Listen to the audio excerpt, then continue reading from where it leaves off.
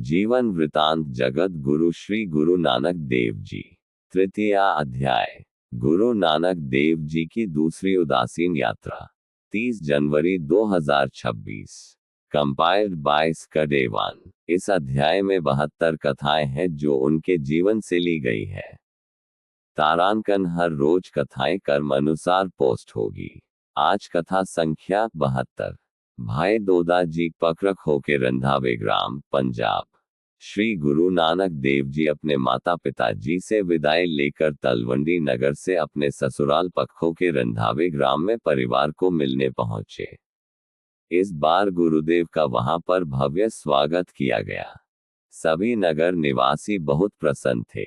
विशेषकर गांव का चौधरी अजिता जी गुरुदेव से आग्रह करने लगा, अब आप यहीं बस जाओ, मैं आपको जमीन खरीदने में सहायता करूंगा। उसके प्रस्ताव अनुसार बाबा मूलचंद जी ने रावी नदी के पश्चिमी तट पर उपजाऊ भूमि की निशानदेही कर ली थी। गुरुदेव ने स्थानीय संगत के अनुरोध पर वहां एक प्रचार केंद्र बनाने की योजना बनाई, जिसको कार्य रूप देने के लिए आप जी स्वयं उस स्थान का निरीक्षण करना चाहते थे। परंतु बेटे लक्ष्मण दास का विवाह बाबा मूलचंद जी द्वारा निश्चित किया जा चुका था, अतः सभी संबंधियों को निमंत्रण भेजे गए और उनके आने की प्रतीक्षा होने लगी। इस बीच समय मिलते ही एक दिन गुरुदेव रावी के उस पार भाई मर्दाना जी को साथ लेकर पहुंच गए। वहां पर एक रमणीक स्थल देखकर आसन लगाया और प्रातःकाल होने पर कीर्तन व्यस्त हो गए। वहां से एक किसान महिला खेतों में काम कर रहे अपने पति के लिए भोजन ले जाते हुए वहां से गुजरी। उसने जब मधुर संगीत में गुरुदेव की बानी सुनी, वह कीर्तन सुनने वहीं बैठ गई और कीर्तन श्रवण करने लगी। कीर्तन समाप्ति पर उन भाई मर्दाना जी तथा गुरुदेव को वह भोजन परोस दिया और वह लौटकर घर जाकर पुनः भोजन तैयार कर जब खेतों में पहुंची तब तक बहुत देर हो चुकी थी। उसका पति दोदा बहुत नाराज हुआ कि उसने इतनी देर कहाँ की। उसने बताया कि नदी किनारे कोई साधु मंडली हरि यश में लीन थी, अतः भोजन उनको खिलाकर उसके लिए पुनः भोजन तैयार कर लाई हूँ। दोदा विचार करने लगा कि साधुओं को भोजन कराना तो अच्छी बात है, परंतु ये तो देखना परखना ही चाहिए कि साधु पाखंडी इत्यादि ना हो। इस विचार को मन में लेकर वह चुपके से समय मिलते ही वहां पहुंचा जहां पर गुरुदेव आसन लगाकर हरि यश में लीन थे। दोदा भी नमस्कार कर बैठ गया और कीर्तन सुनने लगा। गुरुदेव तब बानी उच्चारण कर रहे थे। खाना पीना हंसना सुना विसरी गया है मरना, खसमो विसारी खुआरी फीनी धिगु जीवनु नहीं रहना। राग मलार पृष्ठ 1254। कीर्तन की समाप्ति पर दोदा जी ने गुरुदेव से पूछा, आप कहाँ से पधारे हैं और आपके आने का क्या प्रयोजन है। गुरुदेव ने उत्तर दिया, हम रमते साधु हैं, भगवान यहाँ ले आया है। हमारे यहाँ आने का प्रयोजन केवल मानव कल्याण के कार्य करना है। परंतु दोदा इस उत्तर से संतुष्ट नहीं हुआ, क्योंकि उसके मन में संशय उत्पन्न हो गया था।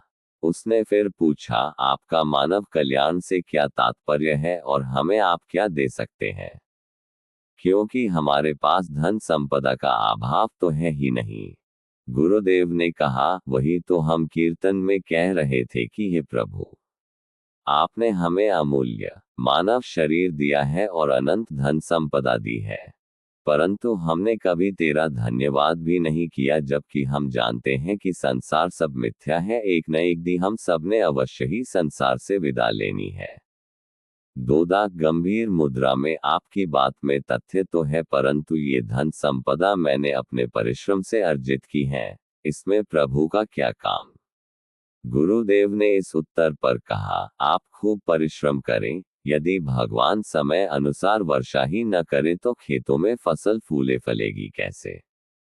इतने में दोदे की पत्नी उसे खोजती हुई वही पुनः चली आए और पति को गुरुदेव के समक्ष पाकर गुरुदेव के चरणों में विनती करने लगी, हे प्रभु समसाय जी, हमें संतान सुख प्राप्त नहीं है, कृपया हमारी यह अभिलाषा पूर्ण होने के लिए वरदान दें। इस पर गुरुदेव ने दोदे पर प्रश्न किया, प्रायः सभी गृहस्थियों के यहाँ संतान होती है परंतु तुम्हारे यहाँ क्यों नहीं है? इसका सीधा सा अर्थ है सभी कुछ उस प्रभु के हाथ में है और उसी की कृपा दृष्टि अथवा बरकतों से संसार चल रहा है। गुरुदेव ने दोदे की पत्नी को सांत्वना दी और कहा, संतान उत्पत्ति का उपाय यही है कि आप यहाँ एक धर्मशाला बनवाएं और उसमें नित्य प्रति सत्य संगत होनी चाहिए। फिर वे सत्संगी मिलकर किसी दिन आपके लिए प्रभु चरणों में संतान के लिए प्रार्थना करेंगे जो अवश्य ही स्वीकार्य होगी। तारांकन तृतीय अध्याय तारांकन समाप्त। श्री वाहे गुरु जी का खालसा। श्री वाहे गुरु जी की फतह। चौथा अध्याय प्रचार अभियान तृतीय। तीसरी उदासीन यात्रा। अगले पाठ * कथा 1। जीवन सार्थक करने की युक्ति। चंबा नगर, Himachal. Compiled by S.K. Dune.